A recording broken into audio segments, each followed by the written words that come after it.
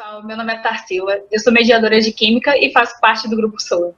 Olá, pessoal, eu sou Stefânio, mediador de língua portuguesa, sou do Grupo SOA e do Polo NIGF. Hoje a gente vai falar de planejamento e estratégias de estudo, não é, Tarsila? Exatamente. Bem, vamos recapitular o que foi dito no vídeo anterior, no vídeo número 10, no vídeo que a gente falou da organização dos estudos e concentração. Bem rapidinho, hein, galera? O que foi falado até agora? A gente falou do plano de estudos, dos horários e o ambiente para estudar, ou seja, o que é melhor, qual é o melhor local para estudar, né? E quais são os melhores horários para estudar, das ferramentas que podem auxiliar o estudo, da realização de provas anteriores. Esse, inclusive, a gente vai retomar porque é um tópico super importante. O estudo pelas apostilas e também estudar as matérias que você mais gosta. Ficar atento às páginas de atualidade e sites e a ajuda dos mediadores. Foi tudo isso falado no vídeo 10, Organização dos Estudos e Concentração. É só você verificar aqui na playlist. Bem, já que o nosso tema é planejamento e estratégias de estudo, a gente precisa entender o que é planejamento e o que são as estratégias de estudo, tá? Vamos pegar a palavra planejar. Planejar significa organizar um plano, um roteiro, ou seja, é como se você fosse se programar para fazer alguma coisa. No caso aqui, é estudar, certinho? E o que são as estratégias? As estratégias são meios, né, uma forma que a gente busca para facilitar a nossa aprendizagem de um determinado conteúdo que a gente pretende estudar, certo? Então, planejar é programar alguma coisa, organizar um roteiro, e estratégias são meios que facilitam uma determinada ação. No caso aqui, o estudo. Então, o planejamento, né, como o Stefânio falou, é a gente se organizar para estudar. E aí tem várias formas de a gente fazer isso. A gente trouxe 3 formas aqui para vocês. A primeira forma é fazer um cronograma, né, um cronograma semanal, onde você vai botar lá segunda, terça, quarta, quinta, sexta, sábado e domingo. Vai colocar tudo que tem na sua rotina, né, desde o seu curso, seu colégio, seu trabalho, e dentro desses espaços vazios você vai botar, então, seus horários de estudo. A agenda ajuda muito também você, né? Eu uso uma agenda para me organizar, então você coloca os seus compromissos e coloca os seus horários de estudo, qual matéria você vai estudar, durante quantas horas.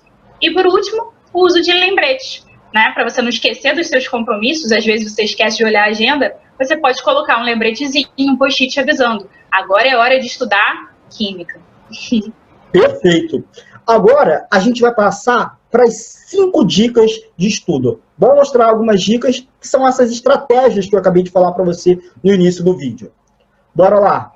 A primeira estratégia é: faça um resumo das aulas ou dos textos da apostila. E aí você deve estar se perguntando: professor, como eu faço um resumo dos textos e da apostila?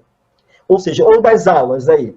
Bem, é bem tranquilo de fazer um resumo. Primeiro, é sempre importante você fazer uma leitura completa do texto, ou seja, ou fazer uma leitura completa do roteiro da aula que o professor passou, e a partir dessa leitura, ir anotando as partes mais importantes. Geralmente a gente chama isso de ideia principal. Geralmente, o que é uma ideia principal? É uma palavra-chave, é uma fórmula, é o nome de um protagonista de um fato histórico, se for de uma ficção, de uma historinha, né, de uma história, de um conto, de um romance.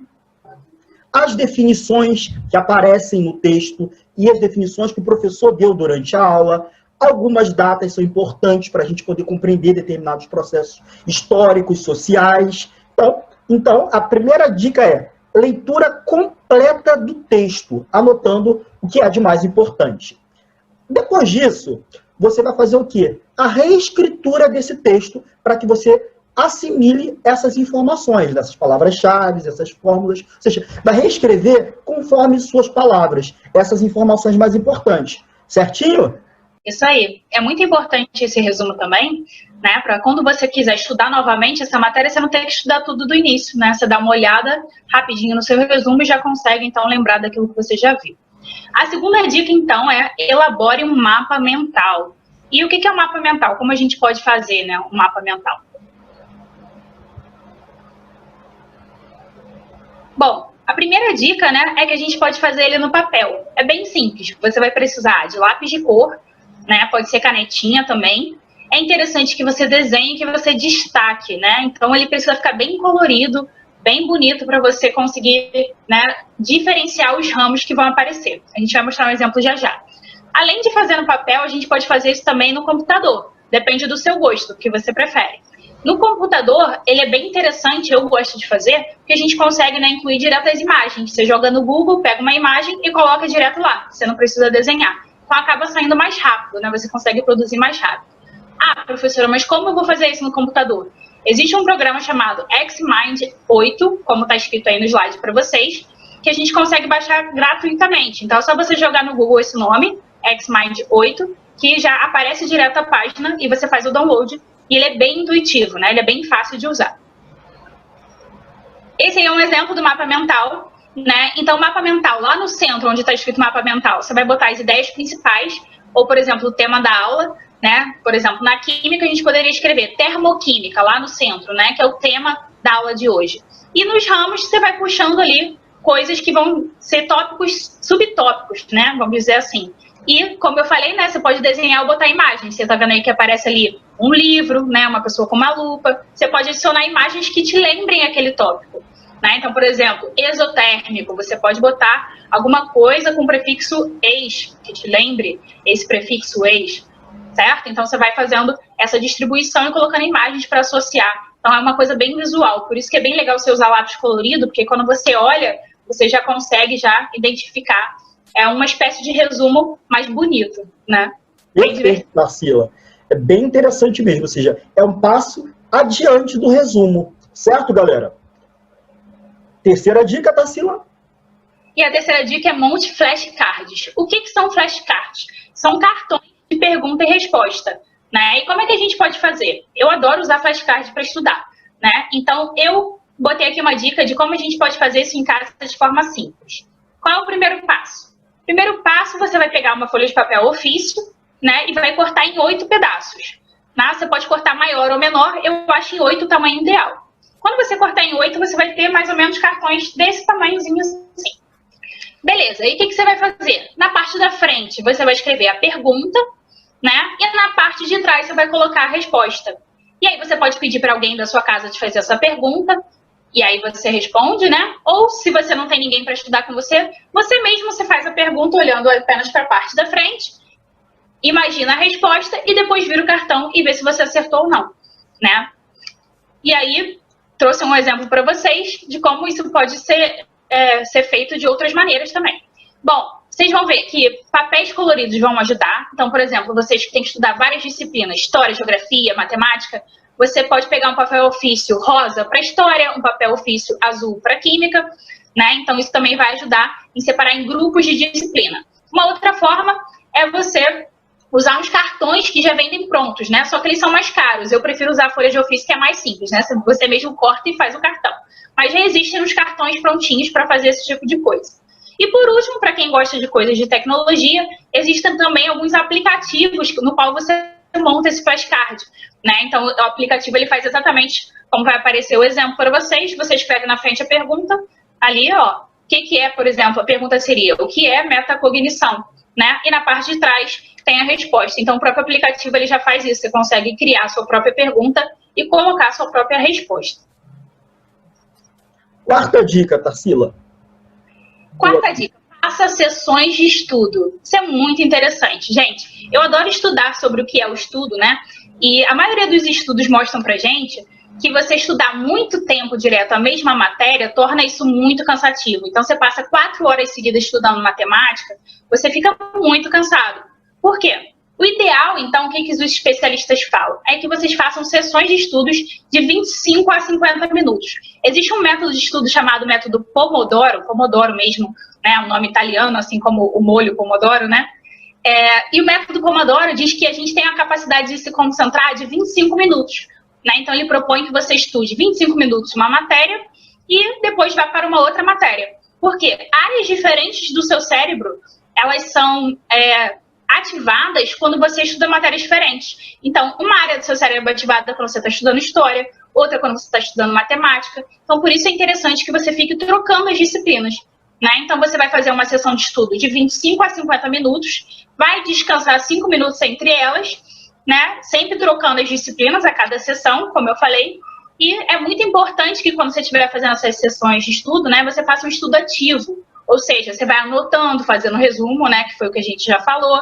Ou então, se você está assistindo uma videoaula, você já vai montando um mapa mental, ou fazendo as anotações, marcando o que é principal. Né? Então, esse estudo ativo é isso, é você participar, você anotar, você não ficar apenas assistindo a videoaula, porque senão você perde a sua atenção. Também é interessante fazer questões aí ao final de cada um desses ciclos, certo, galera? Sim. Bem, a dica 5 é realização de provas anteriores e simulados. Cara, isso é de suma importância, certo? Como é que eu faço provas anteriores e simulados? Bem, a gente vai colocar aqui para vocês o passo a passo disso. Primeiro, vá ao site da banca que você vai prestar prova. Se você for prestar para a UERJ, você vai no site da UERJ e buscar ali as provas anteriores da UERJ. Do Enem, você vai ao site do Enem e busca as provas anteriores do Enem. Do CEDERJ, você vai ao site do CEDERJ e busca as provas anteriores. É interessante você separar as provas dos últimos 5 anos, ou seja, esses 5 anos anteriores, porque são as provas mais recentes e são as provas com os conteúdos que tendem a aparecer, né, dentro daquele período ali de 5 anos. Então, você vai pegar depois, anotar os conteúdos mais cobrados, né? Refaça essas questões. É sempre interessante assimilar, porque às vezes uma questão é parecida com a do ano anterior, tá? Feito isso, você vai observar o que você acertou e o que você não acertou, o que você teve dificuldade e o que você não teve dificuldade. Bem, a que você teve dificuldade ou não acertou, você vai estudar novamente e, claro, vai pedir ajuda aos nossos colegas mediadores aí do seu polo.